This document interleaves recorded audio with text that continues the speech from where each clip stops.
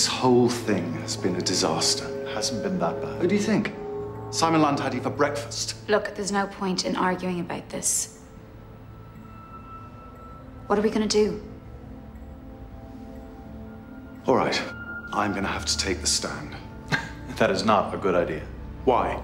The last thing we need now is Lund cross-examining you. Well, things can't get any worse. Mess up on the stand and you could blow any chance we have of winning this. Daisy, you speak to him. He might listen to you. I think if Dan wants to take the stand, then he should. Think about what you're doing here. I have. Tell them they want final witness. But then I saw his leg, and that's when my instincts as a doctor kicked in. What instinct would that be? The one to run away? I didn't run away. What did you do then? As a doctor? I offered to help, but he wouldn't accept it. Help me. I think I've broken my leg. Can you help me? I don't understand. He's hurt. You're a doctor. Why wouldn't he accept your help?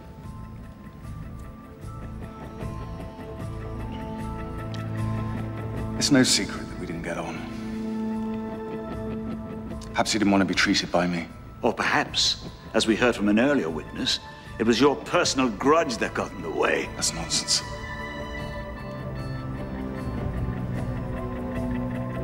I warned him that it was a very bad break, that he shouldn't move the leg. I tried to make him as comfortable as I could. I really did.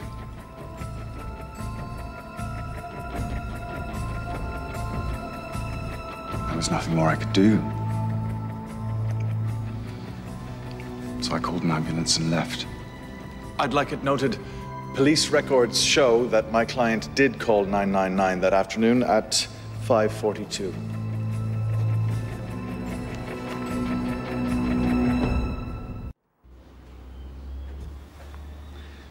Didn't you develop an unhealthy obsession with Niall Boylan after the death of your partner, Kathy Costello? I don't know what you mean. Well, you encouraged his wife to leave him, booking flights to London, even arranging a job and a place for her to stay. He'd been beating her for years. She was desperate to get away. Anyone would have done the same. No, you did it because you blamed Niall Boylan for the death of your partner and baby. Irrationally blamed him when everybody else could see that it was a tragic accident. That's why you left him to die. Isn't it, Mr. Woodhouse? No. All this despite the fact that Niall Boylan had stated time and again how sorry he was for the accident. He wasn't sorry. He even attended counseling in a desperate attempt to come to terms with what had happened. Is she still alive? What did you say? There's always a chance that they'll come back. That's more than you'll ever have. I think it's fair to say that Niall Boylan was as much a victim of that accident as anyone else. Niall Boylan killed my family, and he didn't give a damn.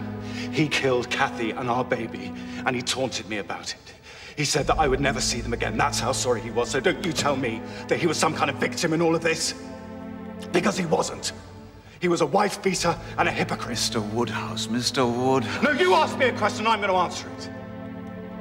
Just don't expect me to stand here and pretend that I care what happened to him, or imagine for 1 second that I think that his death evens out what happened to Kathy and Rachel, because it doesn't. It doesn't even begin. You have no idea what it's like to face every day knowing that they should be here and they're not. Knowing that I'll never wake next to Kathy again. Knowing that I'll never hear my daughter call me daddy. Knowing that I'll never see her take her first steps. Knowing that I'll never walk her down the aisle on her wedding day. And a million other things that should have happened that won't happen because Niall Boylan robbed me of them.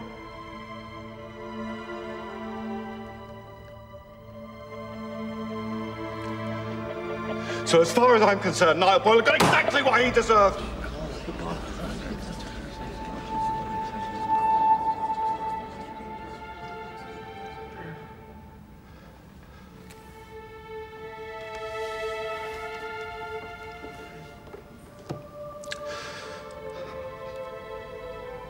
But that doesn't make me responsible for his death. Because I wasn't.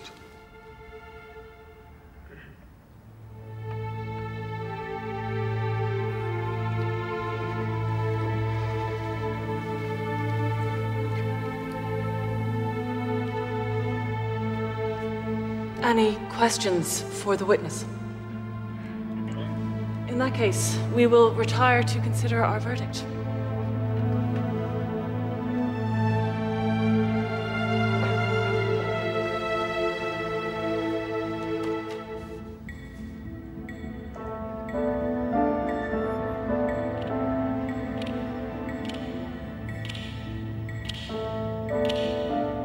Sometime after the fall, a small piece of bone pierced the artery.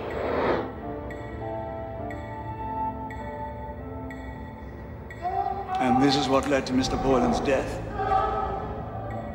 I blew it. I should never have taken the stand. Dan, that's not true. He called Boylan a victim. He's a bully and a murderer, and the world's a better place without him, and you understand that.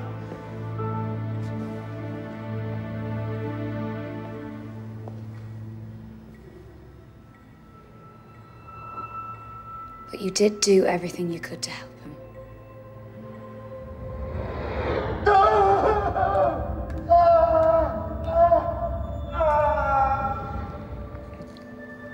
Didn't you?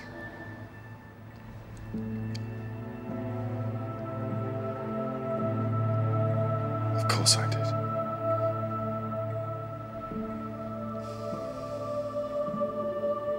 You spoke from the heart. You're bound to respect that.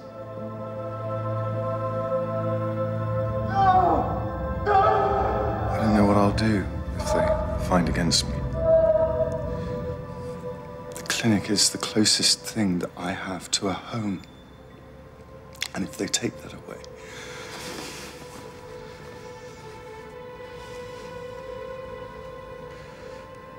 since Kathy died, you've been the one constant. I don't know how I would have survived without you. They're coming back.